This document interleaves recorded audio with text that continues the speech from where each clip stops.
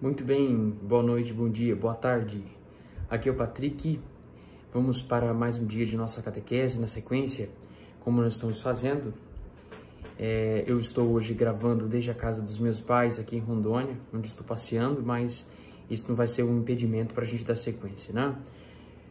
Como eu havia falado, vamos seguir nos artigos do Creio. Hoje nós vamos falar sobre o 6º e o 7º artigo do Credo dos Apóstolos, não é? Mas antes disso, como bons cristãos que somos, vamos iniciar fazendo oração, pedindo ao nosso Senhor as graças e luzes que nos são necessárias para aprender, para conhecer a doutrina dele e nos aproximar, nos apaixonar mais por Deus, conhecendo aquilo que é importante para a nossa salvação, certo? Em nome do Pai, do Filho e do Espírito Santo. Amém. Inspirai, Senhor, as nossas ações e ajudai-nos a realizá-las, para que em vós comece e para vós termine tudo aquilo que fizermos por Cristo, Senhor nosso. Amém.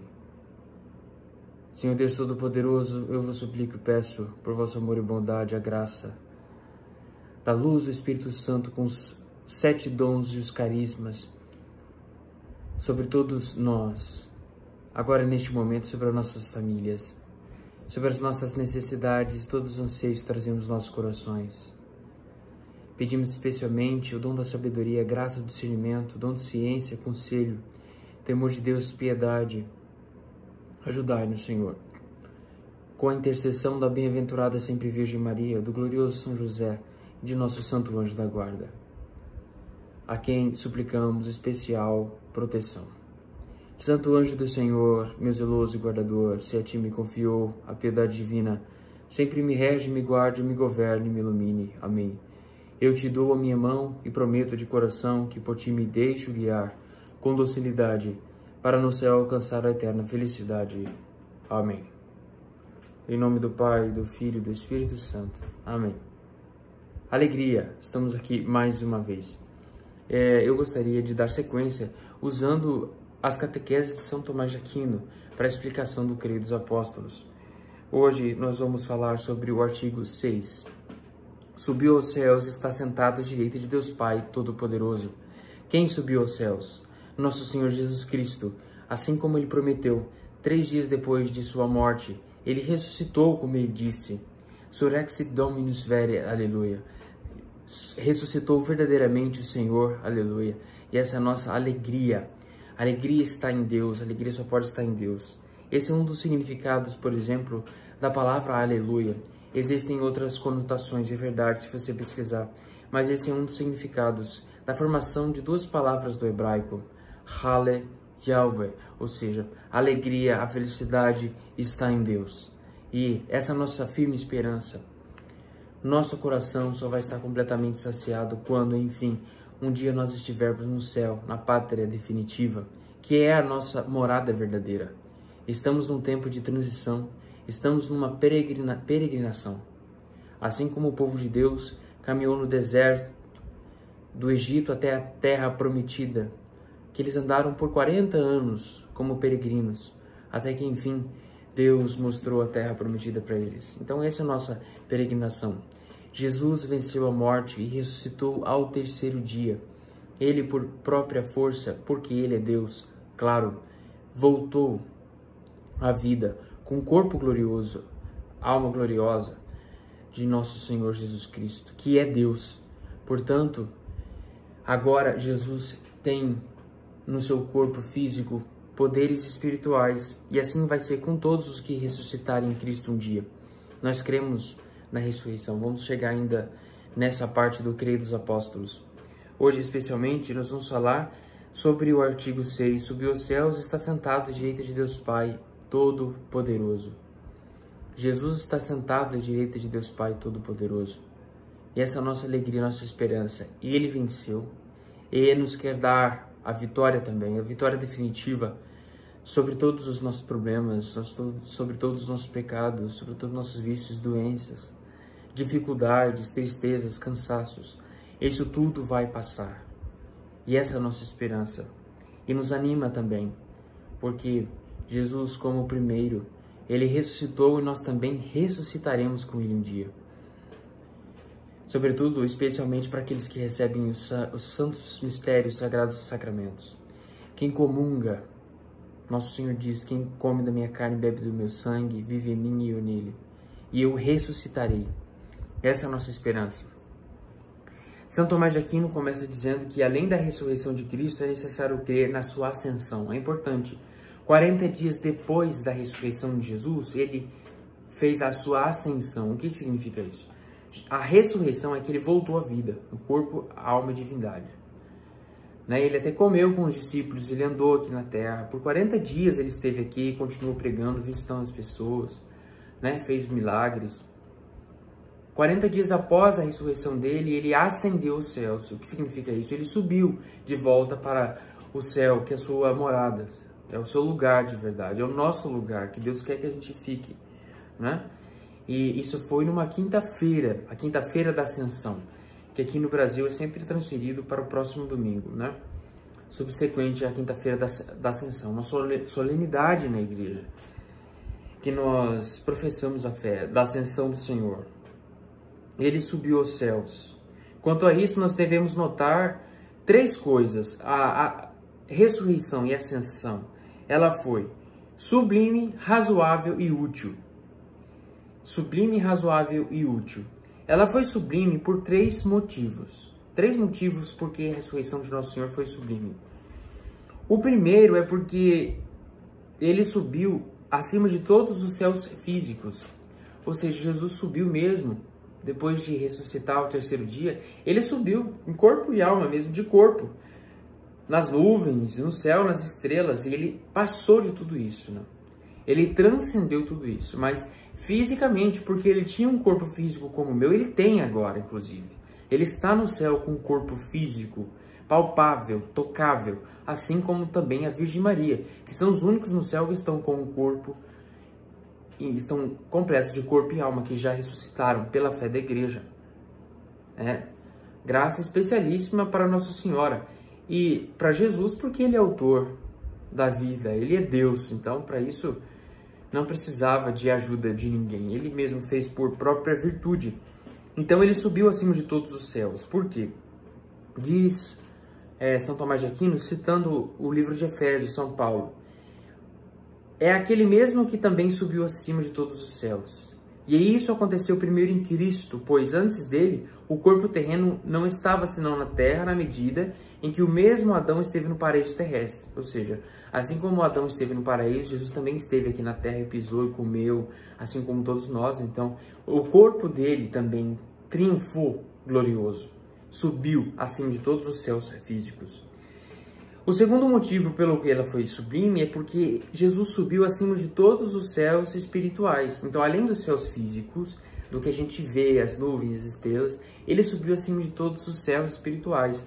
Nós sabemos, pela tradição da igreja e também pela fé, pelas Sagradas Escrituras, que o céu não é um lugar monótono, mas existem vários céus, vários graus, onde estão separados as milícias celestes dos anjos e também dos santos.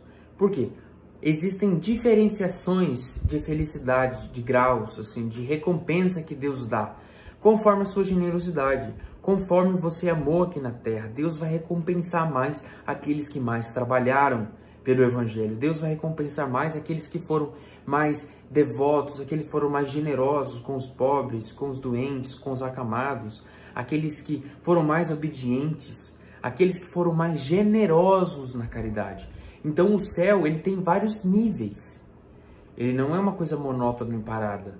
Ele tem vários níveis de recompensa que Deus dá para todos aqueles que aqui na Terra buscaram imitar o máximo possível a Cristo. Então você veja, existem níveis disso, graus. E Jesus subiu acima de todos os céus. Claro, ele fisicamente em corpo, mas enquanto Deus, ele já estava acima de todos os céus. Porque se ele criou os céus, então ele já estava antes em algo, digamos, em algum lugar que não era o céu. Claro que isso é um jeito metafórico, porque Deus está em todos os lugares, ele é infinito. Mas ele não poderia morar num lugar que ele criou, porque se ele é infinito, então ele já estava antes de criar o céu. Então Jesus foi elevado acima de todos os céus espirituais, enquanto homem, enquanto é o seu ser corpóreo, né? Mas enquanto Deus, ele já existia desde todos os séculos. E aí São Tomás de Aquino faz uma citação também de Efésios. O Deus de nosso Senhor Jesus Cristo, Pai da glória, vos deu espírito de sabedoria e de luz para conhecerdes, pondo o Filho à sua direita no céu, acima de todo principado, potestade, virtude e dominação, acima de todo o nome que é nomeado, não só neste século, mas também no futuro, e pôs debaixo dos seus pés todas as coisas. Deus colocou Jesus no mais alto grau. A humanidade de Cristo está no mais alto grau de todas as criaturas. Ele está acima de todos os anjos, principados, potestades, virtudes, querubins, serafins. Jesus está acima de todos, toda criatura, claro, porque ele é Deus, que se fez homem. Em terceiro lugar, foi sublime porque subiu até o trono do Pai. Eis que vi um que parecia o Filho do Homem, que vinha com as nuvens do céu e chegou até ao ancião de muitos dias. E o Senhor Jesus, depois que lhes falou, elevou-se ao céu e está sentado à direita do Pai. No entanto, está sentado à direita do Pai que nós dizemos, ele é de um modo metafórico, claro. É um alto grau de dignidade que Deus colocou Jesus. Porque enquanto Deus diz que Cristo está sentado à direita do Pai, ou seja, em igualdade com o Pai, enquanto Deus, porque ele é Deus também. Mas agora, enquanto homem, ele está sentado à direita do Pai, ou seja, na posse dos bens mais sublimes. E isso foi o que o diabo, Lúcifer, ambicionou, ele quis. Lembra a catequese sobre os santos anjos? Lúcifer quis ser Deus, ele quis o lugar mais sublime, mas por soberba, por vaidade, por vanglória. Jesus alcançou isso por humildade, por obediência, o contrário de Lúcifer. E também porque ele é Deus. E depois, em segundo lugar, a ascensão de Nosso Senhor, ela foi razoável, ou seja, teve razões do porquê Jesus ascendeu aos céus, por 3 motivos também. Aí Santo Tomás aqui vai elencando. Primeiro, porque o céu pertencia a Cristo por natureza, já era dele. E é natural que cada coisa volte à sua origem. Assim como eu voltei para Rondônia hoje, que é a minha origem, eu sou daqui do estado de Rondônia. Jesus voltou ao céu porque era a origem dele. Em segundo lugar, ele subiu aos céus porque o céu lhe era devido por causa da sua vitória. Cristo foi enviado ao mundo para lutar contra o diabo e venceu. E, portanto, ele mereceu ser exaltado acima de todo nome. Jesus venceu o diabo, Jesus venceu com sua morte na cruz o pecado. Então, ele teve o prêmio disso. E essa é a segunda razão do porquê Jesus Cristo ascendeu aos céus. Em terceiro lugar, foi devido à sua humildade. Ninguém jamais superou Cristo em sua humildade, diz São Tomás. Porque, embora fosse Deus, quis se tornar um homem, ou seja, ele se baixou, se rebaixou. A humildade é uma palavra que vem do latim humilis, do radical humus, que significa terra, que é a coisa mais assim baixa, né, que está mais baixo dos nossos pés. E Jesus se humilhou, ele veio aqui para a terra, ele se tornou um homem com todas as, digamos, as dificuldades que nós temos, exceto o pecado. Então, por isso, essa é a terceira razão do porquê Jesus ascendeu aos céus, porque ele se humilhou. E quem se humilha é exaltado, é glorificado, é elevado por Deus, né? Porque ele assumiu uma forma de servo e foi obediente até a morte, e morte de cruz, descendo até o inferno. Portanto, ele mereceu ser exaltado até o céu, até o trono de Deus, pois a humildade é o caminho para a exaltação. A humildade é o caminho para a exaltação, sempre na vida. A humildade tem que ser um pilar constante em tudo o que eu faço, nos lugares em que eu frequento, não só na igreja, mas no meu trabalho. Todas as pessoas que estão ao meu redor devem ser tocadas, iluminadas pela humildade. Eu tenho que ser um discípulo de Cristo, eu tenho que imitar a Cristo na sua humildade. E o que se humilha será exaltado. Depois, a ascensão de Nosso Senhor, ela foi sublime. Desculpa, ela foi sublime, ela foi razoável. Em terceiro lugar, ela foi útil por 3 motivos. A ascensão de Jesus foi útil por 3 motivos, porque primeiro, quanto ao guiamento, pois subiu para nos guiar. Ele, como primícia de todos os cristãos que iriam ressuscitar um dia, iam ser levados ao céu, né? Então ele foi primeiro para nos guiar o caminho. Em segundo lugar, quanto à segurança, porque ele subiu para interceder por nós e nos mandar o Espírito Santo, que vai ser o tema da nossa próxima catequese. Jesus subiu para nos enviar o Espírito Santo e interceder por nós. Por isso, pode salvar perpetuamente os que por ele mesmo se aproximam de Deus, vivendo sempre para interceder por nós. Hebreus 7, 25. Temos um advogado junto do Pai, Jesus Cristo. 1 João 2, 1. Em terceiro lugar, a ascensão de Jesus foi útil para atrair os nossos corações a si.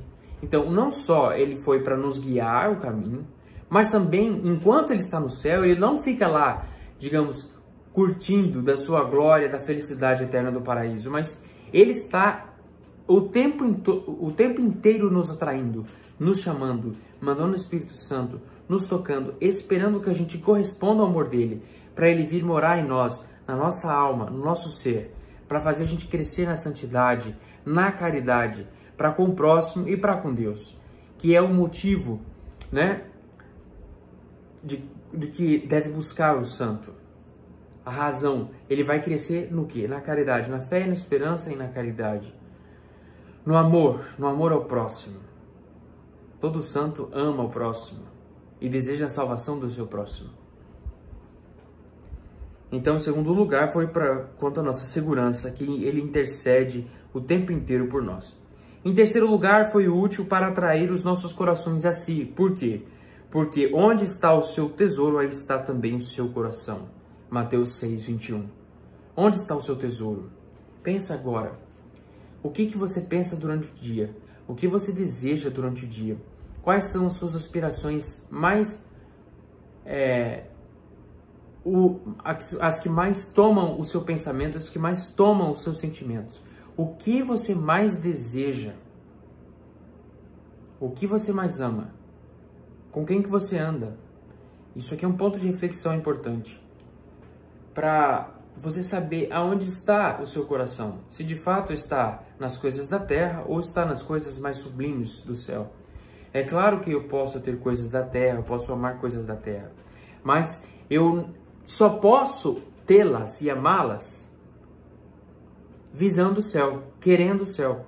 Então, se tem alguma coisa na minha vida que eu estou desejando mais do que minha própria salvação, do que o amor a Deus, do que o amor ao próximo, então certamente isso está desordenado, porque eu estou dando valor a coisas inferiores a um valor maior do que lhe é devido. Então, Jesus está o tempo inteiro nos atraindo, tentando nos chamar, para nos inspirar nas nossas ações. Ele intercede por nós o tempo inteiro, se preocupa com a gente e quer a nossa salvação mais do que a mim mesmo. Eu preciso, portanto, corresponder a isso. Eu preciso abrir as portas do meu coração para ele finalmente reinar.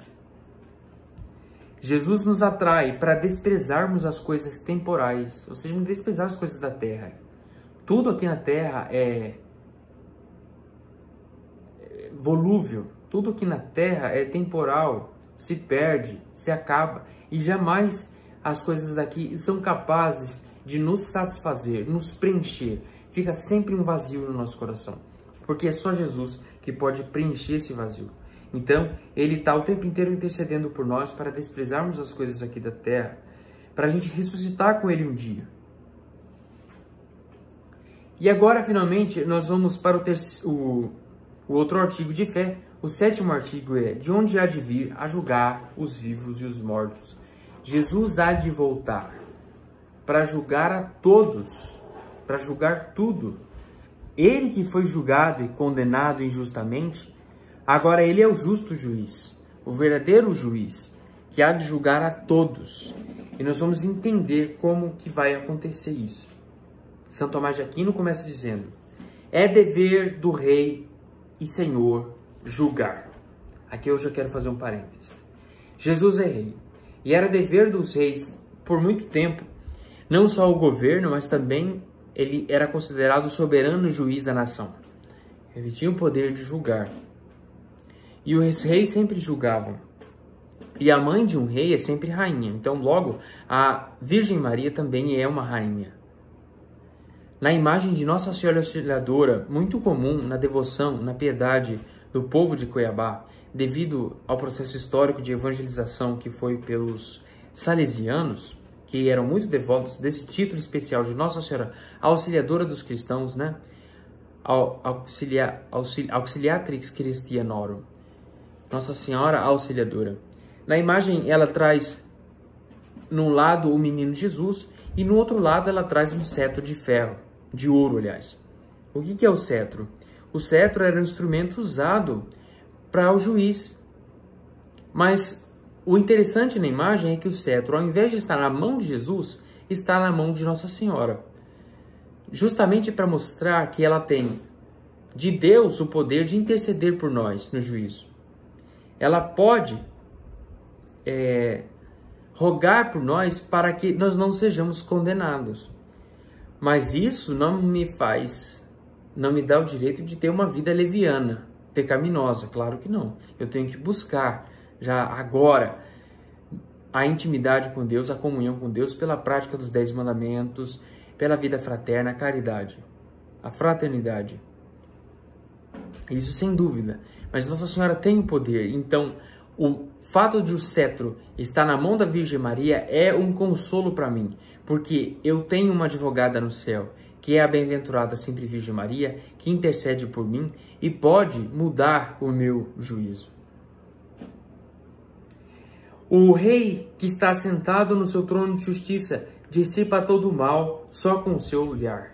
Provérbios 28. Ora, como Cristo ascendeu ao céu e está sentado do direito de Deus, na qualidade de Senhor de todas as coisas, é evidente que o julgamento lhe pertence. Por isso, na regra da fé católica, confessamos que há de vir para julgar os vivos e os mortos. Os anjos também disseram isso.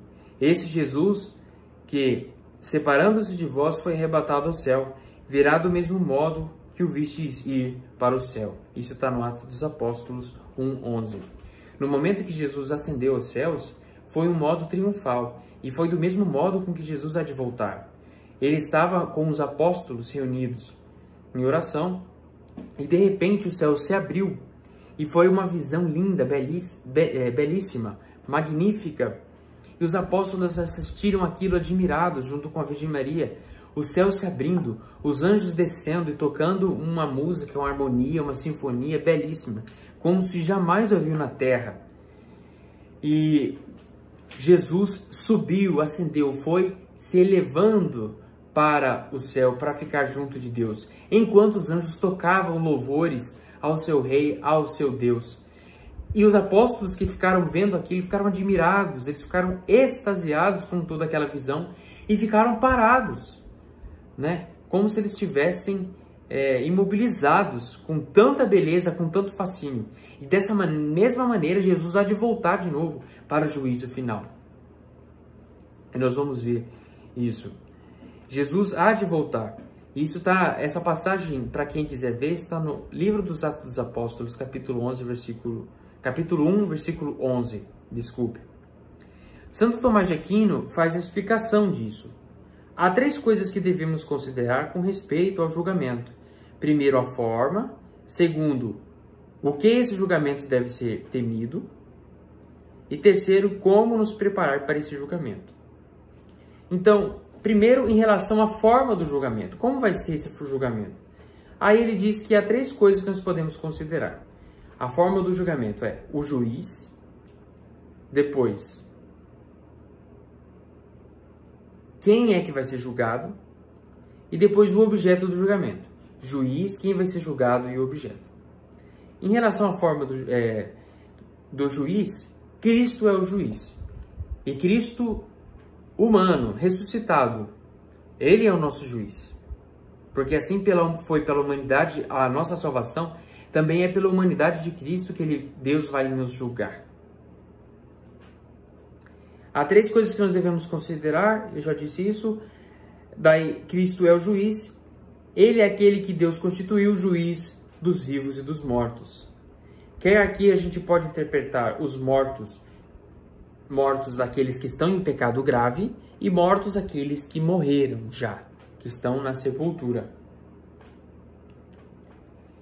E também Jesus vai julgar os vivos, aqueles que ele encontrar vivo quando Jesus voltar, ou os vivos, aqueles que estão em estado de graça. Ele é o juiz não apenas como Deus, mas também como homem, por 3 razões. Primeiro, porque é necessário que os réus julgados vejam o juiz. A divindade é tão deleitável que ninguém pode vê-la sem se alegrar. Então, se Deus julgasse enquanto Deus, ali já seria um prêmio tremendo a gente ver Deus na hora do juízo. Então, alguns que rejeitaram a caridade, que rejeitaram o amor, que rejeitaram o evangelho até o último momento de sua vida, não podem ser premiados. E Deus recompensa conforme a justiça, porque Ele é justo. E aqui está uma explicação do que, porque, por exemplo, Deus permite que algumas pessoas vivam tanto tempo. Por que Deus permitiu que Hitler vivesse tanto tempo, mesmo ele sendo uma pessoa tão perversa, que fez tanta maldade aqui na Terra, que fez tanta gente sofrer? Bom, Deus é justo e Ele recompensa cada uma das nossas boas ações. Isso está no Evangelho. Nenhum copo d'água que é dado se ficará sem recompensa. E uma pessoa, por mais má que ela seja, por mais ruim que ela possa ser aqui na Terra, por toda a maldade que ela possa fazer, ninguém aqui na Terra é tão ruim, tão mal, que não faça coisas boas. E essas coisas boas Deus recompensa. Mas no caso dos condenados, como Ele não pode recompensar com a vida eterna, porque é um prêmio muito grande e imerecido para aquele que morre em pecado mortal, então Deus já dá a recompensa aqui na Terra. E aí a pessoa tem uma vida longa, uma vida muito próspera, uma vida sem problemas, uma vida com poucas tribulações, com poucas dores, com poucas doenças. E aqui a gente entende porque os santos ficavam preocupados quando tudo ficava bem, sem tribulações, sem doenças, sem dores, sem cruz. São Padre Pio, por exemplo, ele rezava. Quando a vida dele estava muito calma, sem dores, sem problemas, ele ficava preocupado e rezava: Senhor, o Senhor se esqueceu de mim? Porque agora eu estou sem cruz, a minha vida está muito calma, sem sofrimento. E esse é o santo, aquele que ama a dor, ama o sofrimento como expiação dos próprios pecados, mas também oferecendo sacrifício pela conversão de outras pessoas. O nosso sofrimento, ele é redentor, ele é salvífico, quando eu estou em estado de graça e ofereço a Deus Pai, que é muito agradável a Deus. Então isso tudo é muito importante que a gente saiba sobre o juízo. Pela humanidade de Jesus é que nós seremos julgados. Assim, nenhum condenado poderá ver a divindade, uma vez que isso o deixaria feliz. Portanto, ele deve aparecer na forma humana, para que todos o vejam. O Pai deu-lhe o poder de julgar, porque é o Filho do Homem. Em segundo lugar, Jesus mereceu esse ofício como homem, porque ele próprio foi injustamente julgado. E Deus o tornou juiz do mundo inteiro. Por causa disso, a tua casa foi julgada como a de um ímpio, e hás de receber a execução da sentença. Então Jesus foi condenado injustamente por um tribunal iníquo que sabia que ele era inocente. Deus o elevou acima de todos, e Jesus fala isso para o sinédrio que estava condenando ele, está no Evangelho de São João. Quando ele estava sendo condenado injustamente pelos anciãos, os sumos sacerdotes do templo de Jerusalém, ele disse que ele era o Filho de Deus, e que aqueles sacerdotes que estavam injustamente condenando Jesus, Jesus disse que eles veriam os anjos subindo e descendo sobre o Filho do Homem. E quando Jesus estava falando disso, ele estava falando do juízo final, do juízo da sua alma. Muito bem. Em terceiro lugar, para eliminar a desesperança dos homens. Se somente Deus julgasse, os homens temeriam e desesperariam. E então verão o Filho do Homem vir sobre uma nuvem. Todos serão julgados, os que já morreram, os que estão vivos e os que ainda nascerão. O apóstolo diz: é necessário que todos nós comparecemos diante do tribunal de Cristo, para que cada um receba o que é devido ao corpo, segundo o bem e o mal que fizeram. Então, isso aqui se refere tanto ao juízo particular como ao juízo universal. O catecismo diz isso, aqui São Tomás não fala, mas está no catecismo, que existem dois juízos. O juízo primeiro, que é aquele que acontece quando eu morro. Imediatamente quando eu morro, como eu estava dizendo na outra catequese, para o pessoal que estava perguntando, imediatamente quando eu morro, eu sou julgado por Deus. Num instante de segundos, toda a minha vida é repassada diante do tribunal do justo Senhor. E quando eu morro, imediatamente acaba o tempo da misericórdia. Agora, eu estou vivo e eu posso pedir perdão a Deus. E Deus pode me perdoar os meus pecados pela morte de Cristo na cruz e pelo sangue precioso do Redentor. Mas, quando eu morrer, imediatamente, ainda meu corpo não terá esfriado e eu comparecerei diante de Jesus e Ele vai me julgar. Todas as coisas que eu fiz durante toda a minha vida, todos os atos, pensamentos, palavras e omissões, e a consequência dos meus atos, porque os nossos atos aqui na Terra deixam consequências, tanto das coisas boas como das coisas ruins. O que for mais presente na minha vida aqui na Terra, Jesus vai simplesmente me mostrar o estado da minha alma. Se eu estou mais caridoso ou se eu estou mais odioso. E se a caridade no meu coração reinar, então eu serei salvo. Jesus vai apenas me mostrar qual que é o estado da minha alma. Um exemplo assim que a gente dá na catequese, sempre para mostrar isso, é como de uma janela. Aqui atrás de mim, por exemplo, tem uma janela. Janela do quarto onde eu estou, aqui na minha casa, dos meus pais.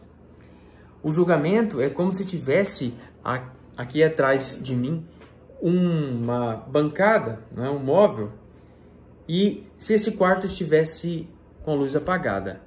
O móvel pode estar com poeira ou não, mas se a luz estiver apagada e estiver de noite, eu não consigo ver. Agora, se eu abrir a janela num dia ensolarado, eu vou conseguir ver se esse móvel, se essa estante está e não suja. Se estiver suja, a luz da janela vai iluminar essa bancada e eu vou conseguir ver a sujeira. E é exatamente assim que acontece quando eu morro. Eu consigo ver o estado da minha alma e se eu estou ou não em comunhão com Deus verdadeiramente. Se eu estiver, então eu vou para a salvação eterna.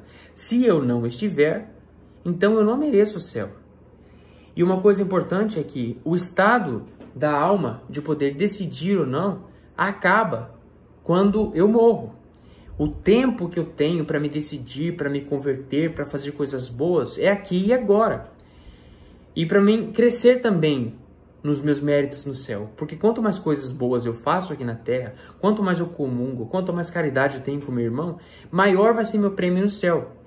Então, Deus vai premiar, como eu disse, conforme a minha generosidade. E ali naquele momento, Jesus, ressuscitado pela luz dele, de juiz, vai iluminar a minha alma. E eu jamais vou poder me arrepender, né? Quem está em estado de morte, quem não está na graça e morre, ele simplesmente vai aceitar. Ele não vai questionar o juízo. Ele não vai, digamos, achar injusto. Ele vai entender que é justo a pena eterna. E ele vai blasfemar contra Deus o resto da eternidade. Aqueles que são condenados, ou seja, as almas danadas, elas passam a eternidade blasfemando, xingando e gritando horrores por causa dos sofrimentos que são devidos em recompensa daquilo que foi a sua vida aqui na terra. O mesmo a gente pode dizer, só que ao contrário daqueles que se salvam, que vão passar o céu louvando e bendizendo a Deus na alegria da felicidade eterna, que é tão grande que a gente não consegue nem imaginar, não tem nem termo de comparação. E aí, seguindo, em segundo lugar, mereceu o seu ofício enquanto homem, porque ele mesmo foi justamente condenado. Em terceiro lugar, para eliminar a desesperança dos homens. Como Gregório observava, há 4 diferenças entre os que serão julgados. Ou serão julgados como bons ou como maus. Algumas pessoas más serão condenadas, mas não serão julgadas, e aqui ele dá alguns detalhes, algumas descrições de como será esse julgamento, que eu acho que não é relevante agora. Já outros serão julgados e salvos, que é justamente os santos, aqueles que morrem em estado de graça. O julgamento deve ser temido por 4 razões. Por que a gente tem que temer o julgamento? Né? Não é uma coisa... Assim como diz o hino, um famoso hino composto no século IX, o Dies Irae, que eu acho lindo. Existe uma composição de existem várias composições, aliás, mas uma das mais belas é do compositor Mozart, Amadeus Wolfgang Mozart, Dies Irae. Mas o hino diz que foi composto por um homem chamado Tomás de Celano. Dies Irae, dies illa, solve seculum in favilla teste David concebila. Ou seja, dia da ira, aquele dia em que o céu vai se dissolver como cinzas, assim como disse Davi e Sibila. Quantos tremor est futurus, quando iudex est venturus, cuncta stricti discussurus. Quanto temor haverá, quando o juiz em vias de tudo julgar, em seu trono se assentar. Além do juízo particular, haverá também um juízo universal, e todos serão convocados diante de Jesus ressuscitado, e todos serão julgados para que todos saibam de todas as pessoas o que foi feito. Nada ficará impune, nada ficará oculto, tudo será revelado. E aí nós temos que temer o juízo. Aí, pelas 4 razões de São Tomás. Primeiro, devido à sabedoria do juiz, pois ele é Deus e sabe tudo. Nossos pensamentos, palavras e ações, porque todas as coisas que estão a nu e a descoberto aos olhos daquele de quem falamos, todos os caminhos do homem estão patentes aos olhos do Senhor.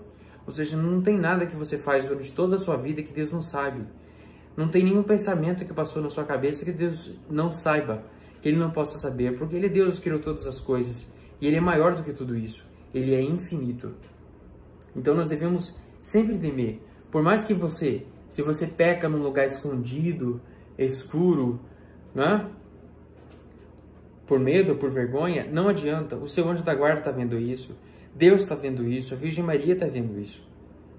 É triste, mas é verdadeiro. O pecado, ele ofende gravemente a Deus.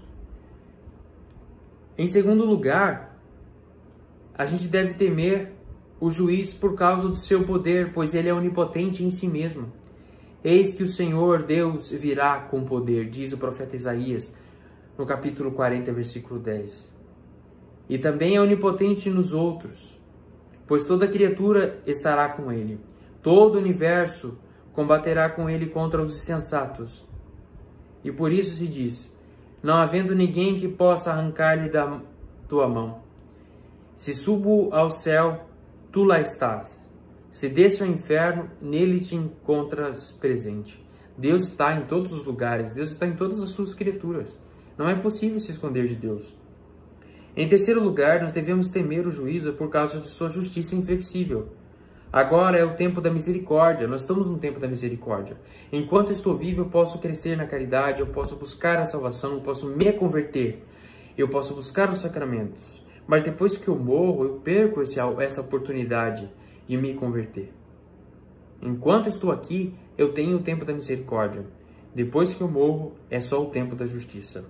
Quando Jesus vier na glória para julgar todos, os vivos e os mortos, acabará a misericórdia para todos. E será só a justiça. Em quarto lugar, o juiz deve ser temido por causa de sua ira. Aparecerá de uma forma para os justos, doce e agradável. Os seus olhos verão o rei no seu esplendor. E de outra forma aparecerá para os ímpios. Ele aparecerá para os ímpios, irado e cruel, a ponto de estes clamarem as montanhas, caiam sobre nós. Apocalipse 6:16. Essa ira não se refere a uma perturbação de espírito em Deus, mas sim ao efeito da ira, a punição eterna infligida aos pecadores. E é disso que eu tenho que meditar. Qual é a consequência dos seus pecados? A condenação eterna, a punição eterna no inferno, sem jamais qualquer tipo de alívio. E Deus vai julgar de um modo justo, porque Ele é o justo juiz, o supremo.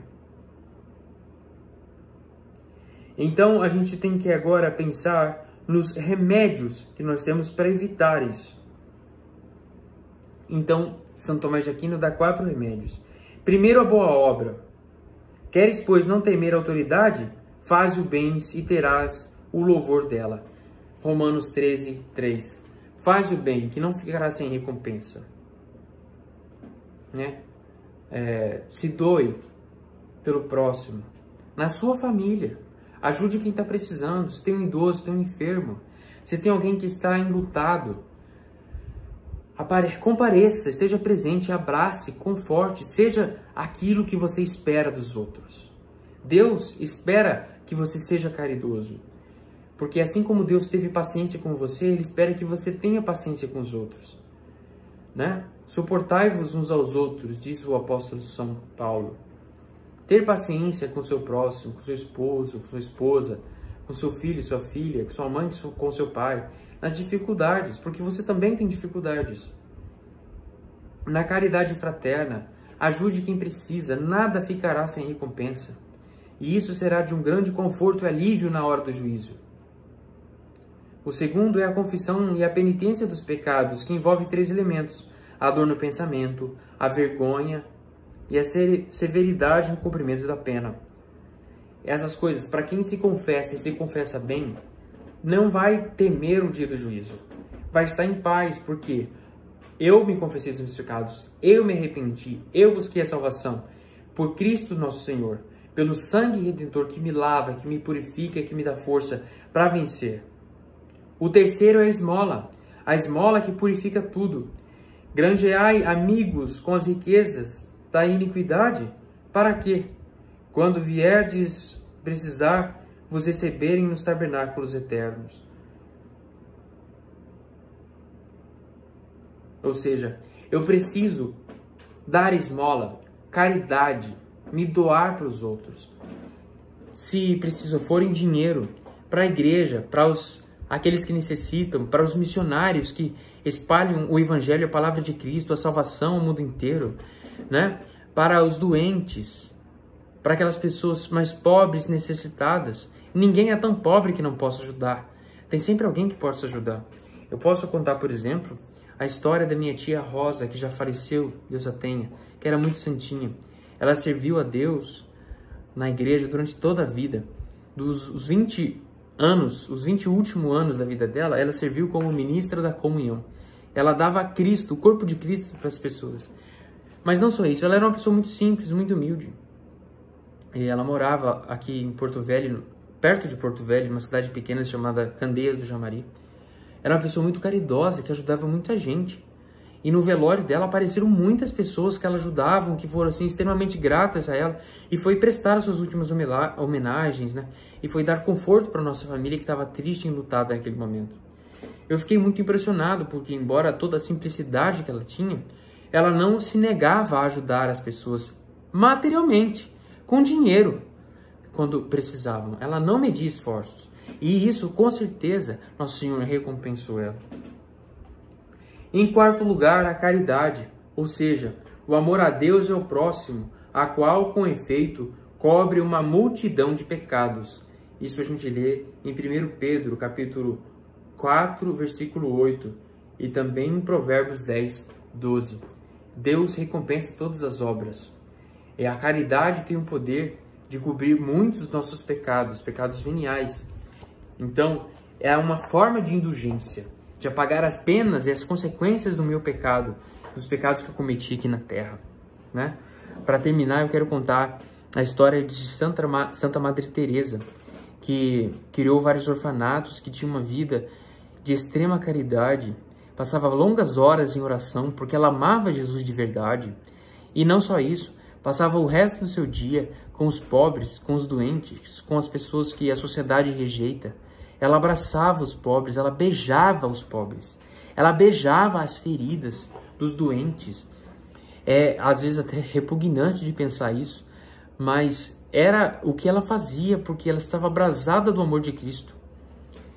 Um dia, um banqueiro muito rico, famoso, comovido pelo exemplo dela, acompanhando ela, viu ela abraçando aqueles mendigos, aquelas pessoas doentes, com doenças que eram até transmissíveis, mas ela não pegava. E ela abraçava e beijava com muito amor e carinho.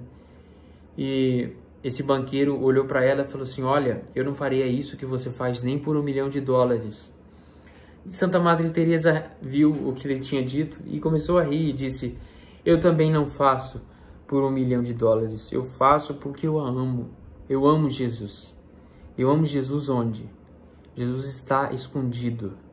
Jesus está escondido naquelas pessoas que sofrem, naqueles que são necessitados, naquelas que são abandonadas, né? Abandonadas pela família, pela sociedade, abandonados em suas dores, nas suas casas, né? Ou até aqueles que não têm casa, os irmãos de rua. Jesus está ali no meio deles. E quando você faz um bem para eles, você está fazendo para o próprio Jesus. E não vai ficar sem recompensa. Deus já recompensa aqui nessa vida e, claro, com a vida eterna.